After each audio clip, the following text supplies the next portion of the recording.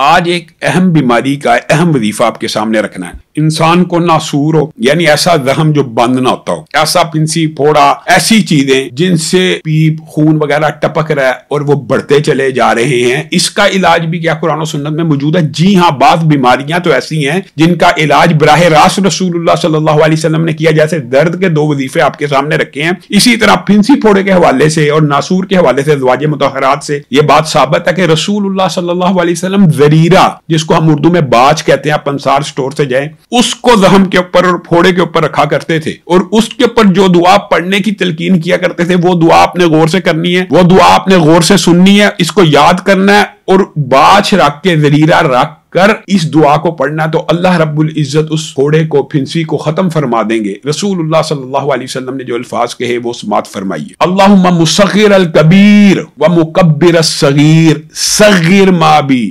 یعنی اے اللہ آپ چھوٹے کو بڑا کرنے والے ہیں اور بڑے کو چھوٹا کرنے والے ہیں، تو اس زخم کو چھوٹا کر دیجیے۔ حدیث کے الفاظ یہ آتے ہیں کہ جب یہ پڑھا کرتے تھے تو وہ بجھ جاتا تھا، گویا وہ بجھ گیا، ختم ہو گیا۔ تو آپ بھی یہ وظیفہ پڑھیے، انشاءاللہ شفا من جانب اللہ ہے۔